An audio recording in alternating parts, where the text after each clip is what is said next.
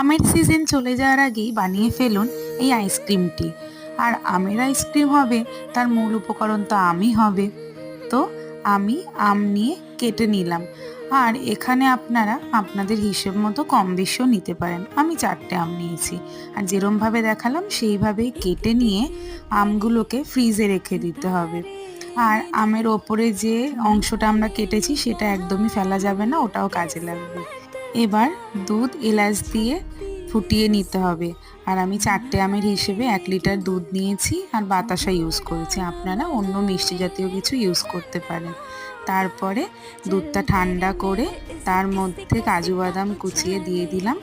এরপর আমের মধ্যে দুধের স্টাফিংটা দিয়ে ঢেকে ফ্রিজে ওভারনাইট রেখে দিন 8 ঘন্টার মতো।